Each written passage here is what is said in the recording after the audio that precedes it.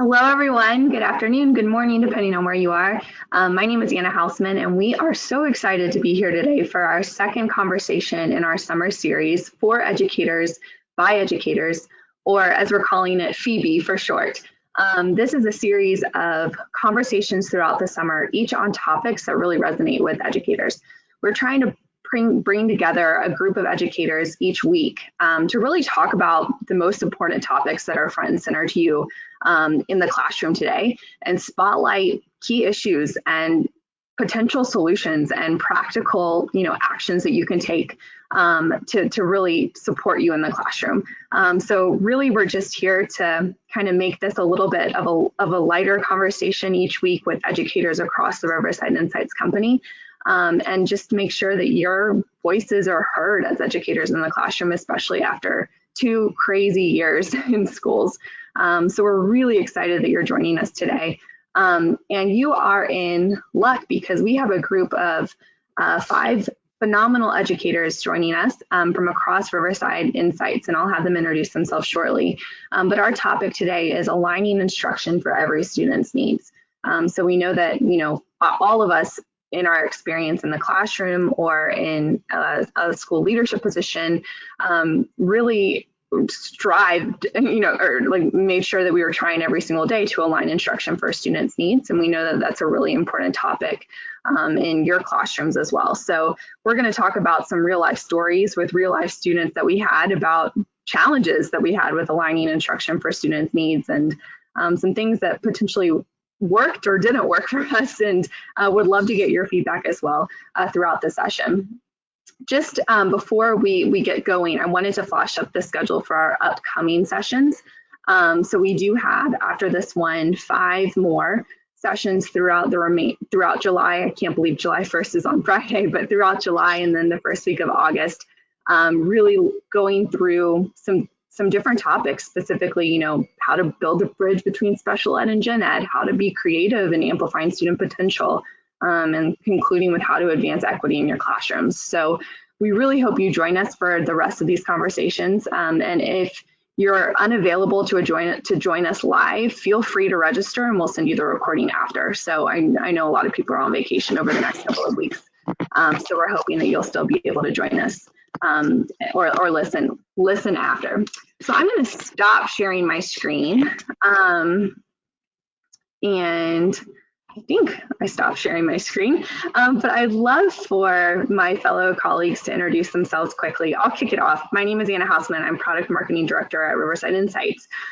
Before Riverside, I was a kindergarten, 4th and 5th grade teacher, specifically math, and a regional district assessment coordinator. And now I'm a board chair for a charter school in New York. And I really care about differentiating instruction for every student's needs, because I just remember like so many students in my classroom that had, where if I just asked them a question in a specific way or use data in a targeted manner to really understand what standards they were missing, or what kinds of questions they were missing, especially in things like when I taught kindergarten, in things like guided reading, the more targeted my questions were and the more targeted my instruction was, the more I saw my students grow. And so I fully believe in the use of data to differentiate instruction, and I'm really excited to talk today with this group of educators about that. So I'm going to pass it over to Ashley to introduce herself. Hi, thank you. So my name is Ashley DeLucia, and I am a customer success manager here at Riverside. Previously, I was a gifted and talented resource specialist at my district, and I also taught multiple grade levels throughout the different states. So I've been a little bit of everywhere. I feel really powerful about using differentiation with instruction with all students because of the accountability that it creates for students, and the student engagement that happens once they are engaged, once they are interested, and once they have that choice given. And then really at the end, your goal is, to develop a love of learning. And through this, I feel like that naturally comes about. That's a really great point, Ashley. Jamie, kicking it over to you. Thanks, Anna. I'm Jamie Doucette. I am the Technical Experience Manager in the Customer Experience team. Prior to joining Riverside just a few months ago, I worked at a high school in Brooklyn, New York. I started as an AP biology teacher, and I left the classroom shortly after to join the operations team. I was the director of operations, and I think I have a little bit of a different kind of viewpoint on this topic, aligning instruction. A lot of my work as a director of operations was done during COVID, and so kind of how we looked at what the experience was for kids in the classroom, we really had to start thinking about social emotional learning and how that fit into how teachers were aligning their instruction to meet kids where they were at. And that became such a focus. And it was always important, but it wasn't a focus. And so a lot of our work kind of shifted with the pandemic. So I'm really excited to be here as well. Well, really excited to dig into that topic in just a couple of minutes. Paulette, I'm going to pass it over to you. Thanks, Anna. My name's Paulette Black, and I've been with this company for a very long time. When it was Houghton Mifflin Harcourt, I joined in 2005, and I've stayed with it, working with special ed interventions and many kinds of assessments. My teaching background was with third graders in a rural school in Connecticut, and right after that, then I shifted over to at-risk incarcerated youth who were ages 17 to 21, and I was working with that group for 6 years. So it was very challenging because this was in the late 70s where we didn't have really computers or any kind of real assessments other than paper-based. But I have to say that they all passed their GED, probably mostly because they didn't believe that they really could learn. And once they once the students, these young men applied themselves, we figured out exactly what their strengths were based on, I had a very small class, so I could do a lot of one-on-one on my own assessments.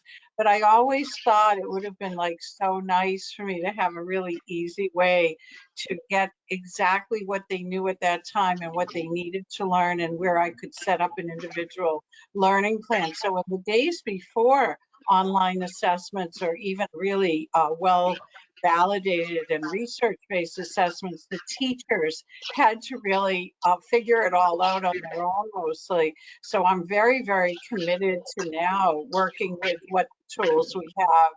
And I work closely with teachers and educators all over the country. And I value the fact that we have assessments having come out of the dark ages. Thanks, Paulette. And finally, Beth, who's having some camera issues. So she's the black box on your screen. Beth, if you wouldn't mind introducing yourself. So I'm the resident ghost from Riverside Insights. I'm actually with the Partner Enablement team, and my name is Beth Keith. It is a pleasure to be here today. I spent 35 years in public education in Texas. 18 of that was in middle school English classroom, and enjoyed middle school to no end. And then the remainder of that was really more in the administration side, both at campus administration, and then ultimately I spent over a decade as the director of humanities for a district, K-12. So I had all of the humanities support, and differentiation and aligning instruction to standards simultaneously was really my job. And supporting teachers from kindergarten through 12th grade in all of the humanities content areas, and figuring out different ways for them to go with that to meet the needs of all of their students. So I'm very passionate about it because we had over 8,000 kids, and I considered every one of them mine in that district. So I am all in on helping anyone who wants to pick up a few strategies and that sort of thing and give it a shot to really meet the needs of your students. Oh, I love it. I love it. So to kick us off, we'd love for everyone on the call, if you can, to pop in the Q&A. You should see a Q&A panel on your screen. And we want to know, like, what is your biggest challenge right now when it comes to differentiating instruction for all learners? Whether it's aligning to standards, whether it's actually finding the time and the bandwidth to differentiate your curriculum or your lessons for student instruction. If you wouldn't mind just dropping in the Q&A chat or the Q&A panel, what is your biggest challenge when it comes to differentiating instruction? And while you're typing that in, would love to kind of kick it off with Beth. When you were supporting, multiple teachers and multiple student leaders, what challenges did you have, or what challenges did they have, and how did you kind of leverage that from more of a district level and support their needs so that they could better differentiate instruction for their learners in their classroom? Well, Anna, it really started with the teachers understanding and knowing the student expectations or standards, so that they had a firm place from which to build lessons and units, and then be able to expand those across the different abilities and interests of students as well. So if they were well-founded, if they understood the standards really well, they were able to combine them, they were able to work with other teachers or other departments in order to really go at it in a humanities approach and capitalize on student interest at the same time. Because I know, Jamie, you brought up social emotional learning and just the social emotional well-being of students. If you are able to do that and adapt for them, then it's very important. But you can also come back to the assessment piece and verify that the students have indeed learned the expectations that they were supposed to in that grade or in that course. That's a great point. And so while you were talking, a couple folks chimed in with what their challenges are, and I think some of them resonate with what you just said. So Kindy Walker, thanks for sharing. You said teaching teachers how to do this can be challenging. Elisa, I hope I'm saying your name right. I apologize if I'm not. But students are across all spectrums of skill and need, some above standards, some below, some with gaps. The differentiating for everyone is challenging. Angela said teachers report insufficient resources for students. So really, how do we leverage, how do we, take these resources? How do we take the data points that we have and ensure that we're giving every single student, whether they're above grade level, below grade level, or on grade level, the right type of instruction? Ashley, what about you? What was your experience, coming from, even gifted and talented, and what was your experience and what were your challenges with differentiating instruction? Mm-hmm. So I think by far, really, when it came down to it, is breaking old habits, because when you really look at it, differentiating instruction is not as daunting as it seems. I feel like a lot of things that I would hear would be lack of equipment or instruction, and really that was really how to use that appropriately, or how to differentiate using that type of equipment. Density in the classroom was another issue. You have small classrooms, a large amount of students, so being able to divide them up into centers or groups was difficult. So it's really just thinking of a different way. Okay, we have a dense classroom, how are we going to make that work anyway? And just coming up with different ideas. So those were big issues. And yes, finding space. So that was those were the majority of our concerns. And Jamie, you were leading operations at a school during a really challenging time, and you brought up the need for social emotional learning as part of this differentiation process. What did that look like on your end, and what were the challenges that you faced there? Yeah, it was kind of uncharted territory, really, especially going into the last school year, starting in 2021. Schools were just coming back. We had to increase our budget for social workers. We had only had one full-time social worker, one part-time social worker prior to the pandemic, which we had a school of 450 kids. It was just not enough. And so we had to increase our budget to get more social workers. And then not only that, but that, planning for the school year during our summer training with teachers, there had to be these sessions that our social workers would run to kind of teach teachers what signs should you be looking for, what are the things that should be happening if you need to, suggest a student that gets services. We had a lot of conversations around IEPs and 504s being implemented based on student need. A lot of things kind of came to the surface throughout the pandemic that wasn't really talked about prior to. There were situations that turned into behavioral situations that we kind of had to navigate and work with teachers to figure out how to deal with if a student has an outburst. Is it actually like a misbehavior, or is it something else surfacing? And when do you know what's what? When do you give a student a detention or a suspension versus when do you say this student actually needs some services and there's more going on here than just these behaviors. And so it just became such a widely talked about need that was less, it was more, I felt like it was more hush hush prior to the pandemic. Yeah.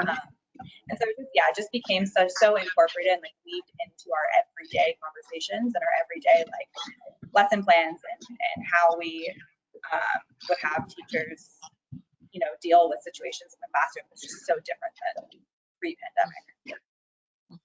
Gosh, yeah. And you bring up a great point that especially since COVID, SEL is now a crucial, whether you call it SEL or student well-being or, supporting students' emotional needs, like that is such a crucial component of ensuring that a child is successful in school. And so, I'm really curious, like Paulette, I know you talk to schools and educators across the entire country. Where do they even begin? Like there's SEL data now, there's academic data, there's state standards, there are student strengths. Like where do you even start when it comes to differentiating instruction?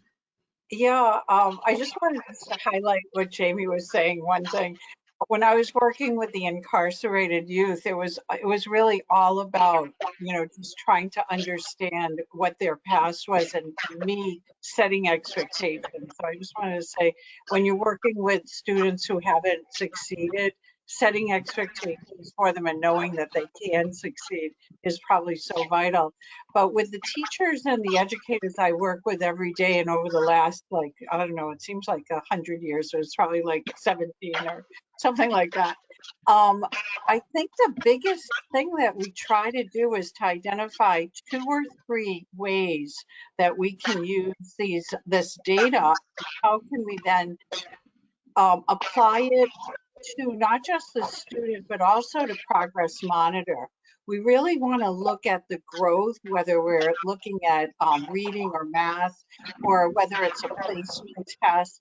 We have to find a way that this report or this data is going to be meaningful.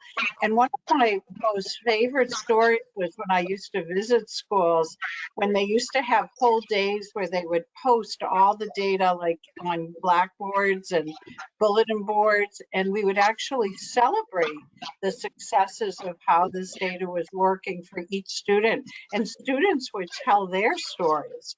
So I think that having the student and the teachers and the principals gather and actually look at it as not just numbers, but actually as success stories is a wonderful way to use this, because it really does look dry when you just start analyzing the points and the report, but putting it into a student's experience really makes it meaningful.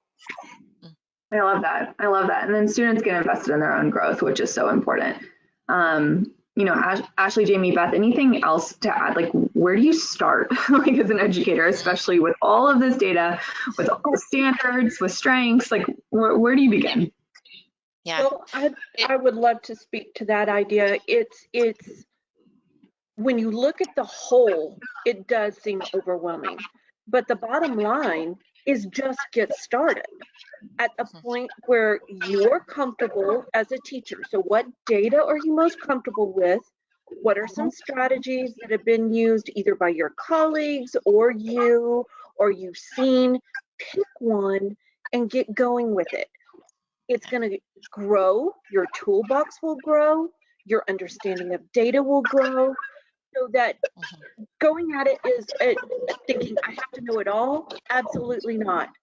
Go at it almost as you did maybe your first year of teaching, which I'd need to write like letters of apology to those children, but still, it just grew every time you taught a class. And every time you worked with a different kind of child, you know, a motivated child, an unmotivated child, a happy child, a hungry child, you know, all kinds of things, getting to know those kids, but just also look at the data, associate it with the kids, pick a strategy or two, and give it a shot. And give it a shot for more than a week. Teach your kids what you're doing. Great. Hey, we're going to try this. Just be straight up with them. I haven't done this before. We're going to do this together. And that's great, because then you're all in the same boat. And to Paulette's point, you really involve the students in the entire learning process.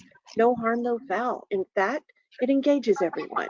So find some data, pick a strategy or two that works for your content area and the developmental age, and just get started.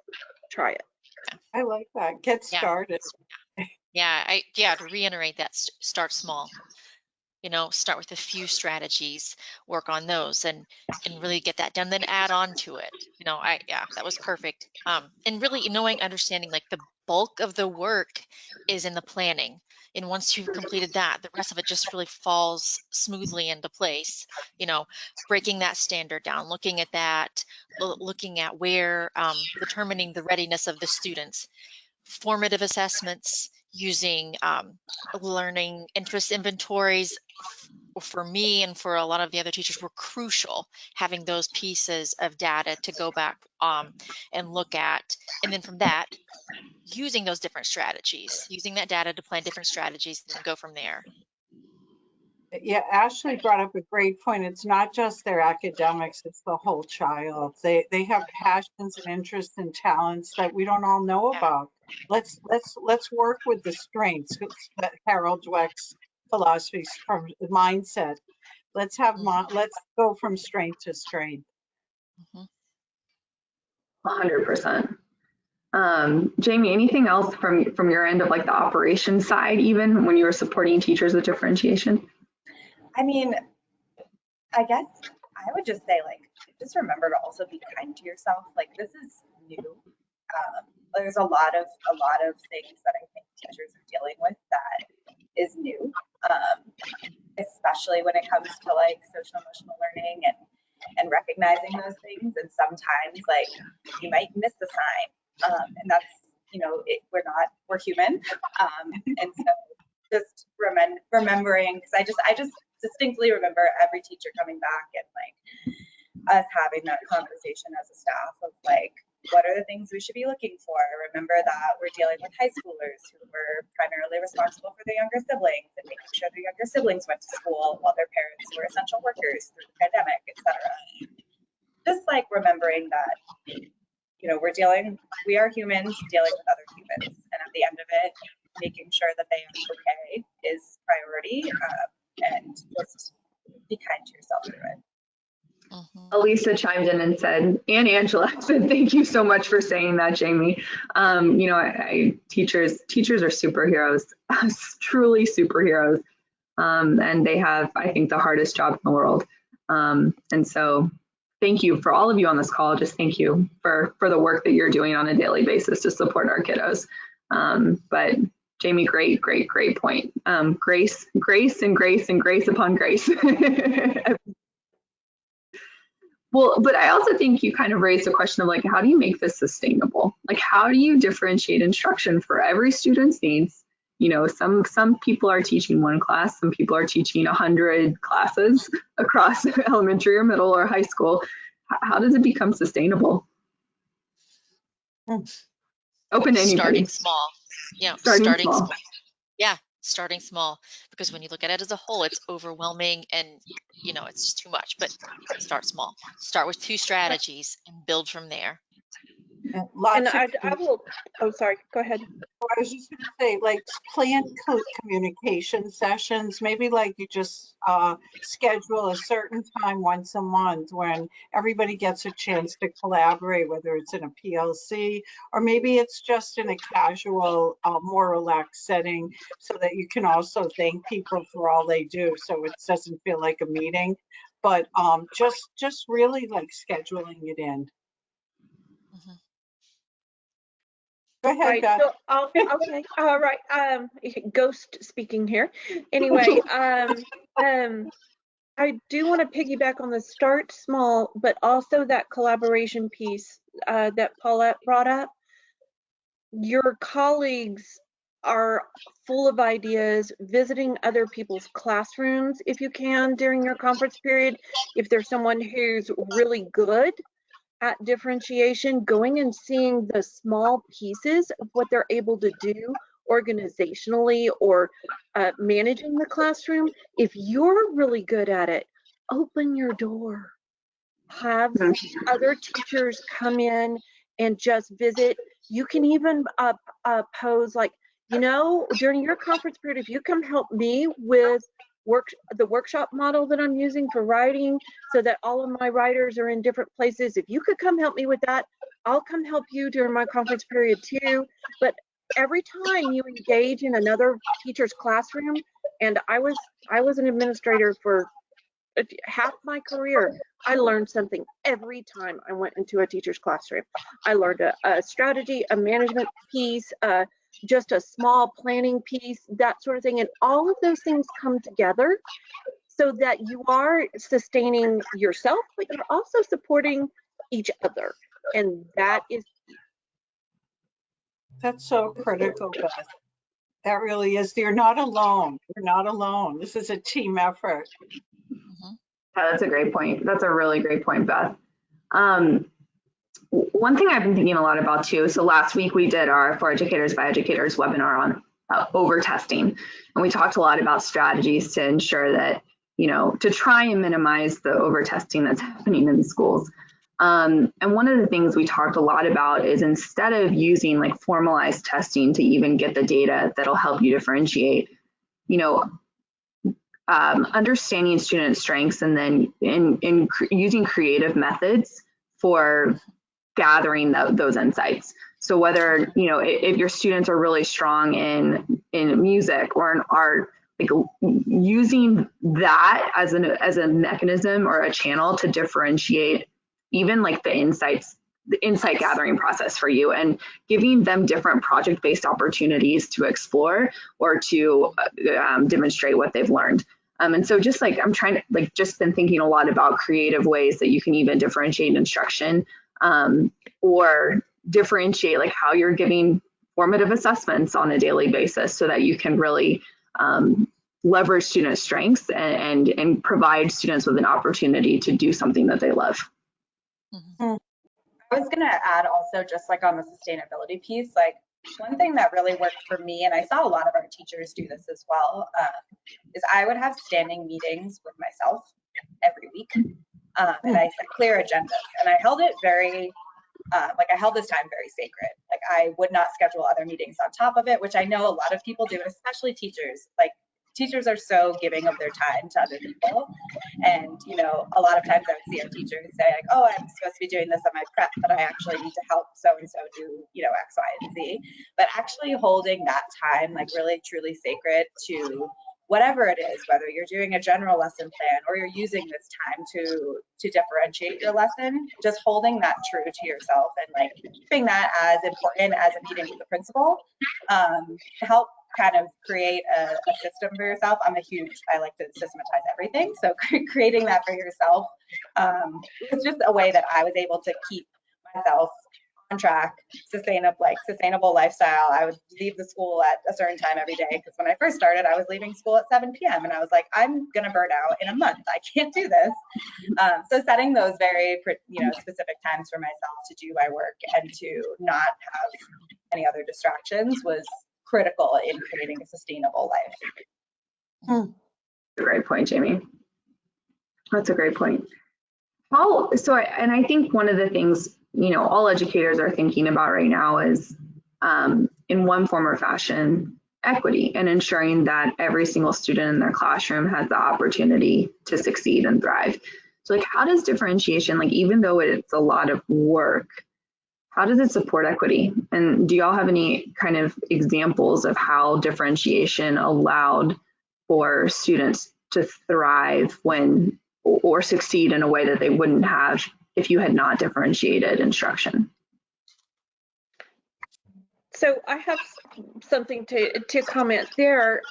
When you think of equity, there's a book out there, I think it's Rick Wormley. It's fair doesn't mean equal. Equal doesn't, right? Okay. And so when you think of equity, it's actually equity is meeting each student's needs. And I'm going to take you back to the standard for just a minute and just think about, if you know the standards and or the expectations, and then you think about, well, how can you demonstrate this? How can you show this? And Anna, to your point, maybe project-based learning, maybe problem-based learning, maybe something as simple. I was an English teacher. I was their favorite teacher in middle school, I swear. Not really.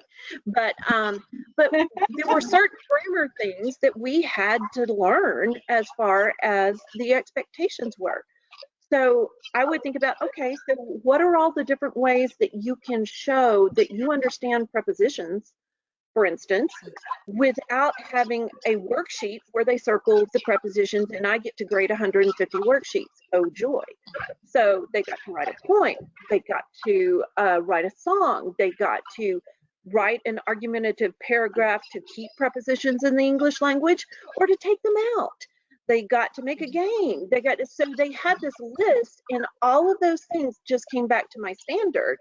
So they had a menu, but it came back to the standard of, do you understand what prepositions are and what their function is in the English language? That was the standard, but we had fun with it, and they got to follow their passions and they got to grow. So I guess my point is, start with what they have, what you're expecting them to know, but your next question is, and how am I going to know they know it, right? Do I really want 150 of the same things to prove it, or do I want them to show me from their heart and soul? And that is equity, because they are all being able to be themselves and still meet the goal.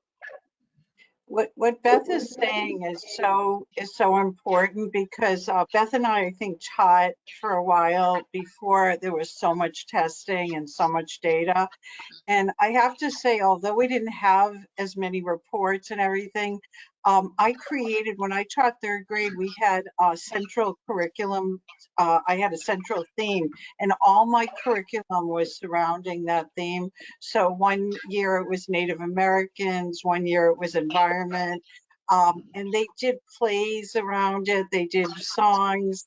And I could see how excited they were. They performed in front of their parents, but they did get the skills. But we may not have had as many measurement tools, but we could really measure engagement and excitement. I mean, they wanted to come to school every day. Some of them came when they were sick. They didn't want to miss it. And I thought that was amazing. But it was so exciting to like see kids in action. And I think we need to bring that back. That was the thing, that now there's just so much data available. Sometimes you have to step outside the data and look at what turns kids on. Good point, Paulette. Yeah.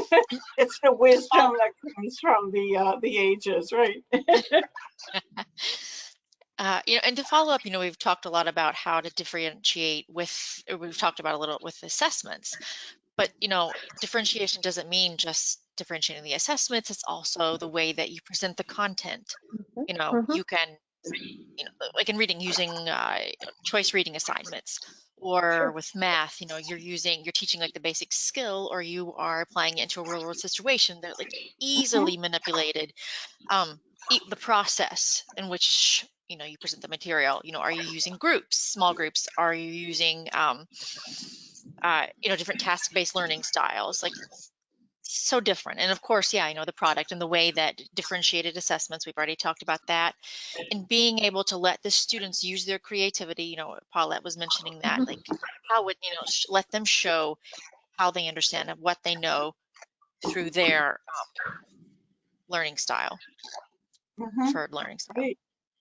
Follow the student, follow the student. Yeah. Right.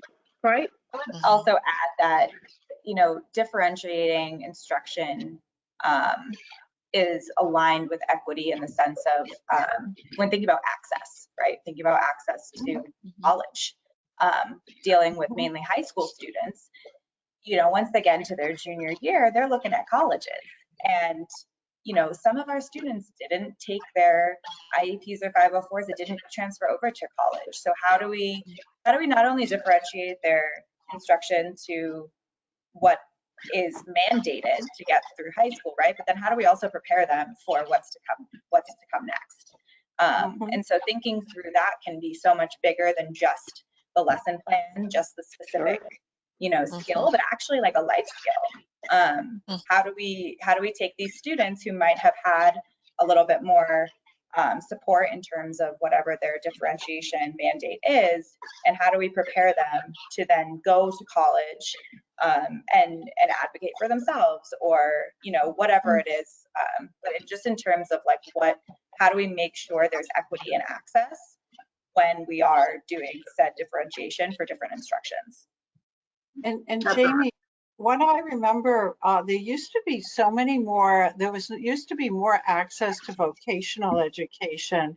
And I see when I look at our community, there just isn't as much available for that. And that is such an important path for many people, many students. And we need people trained in that.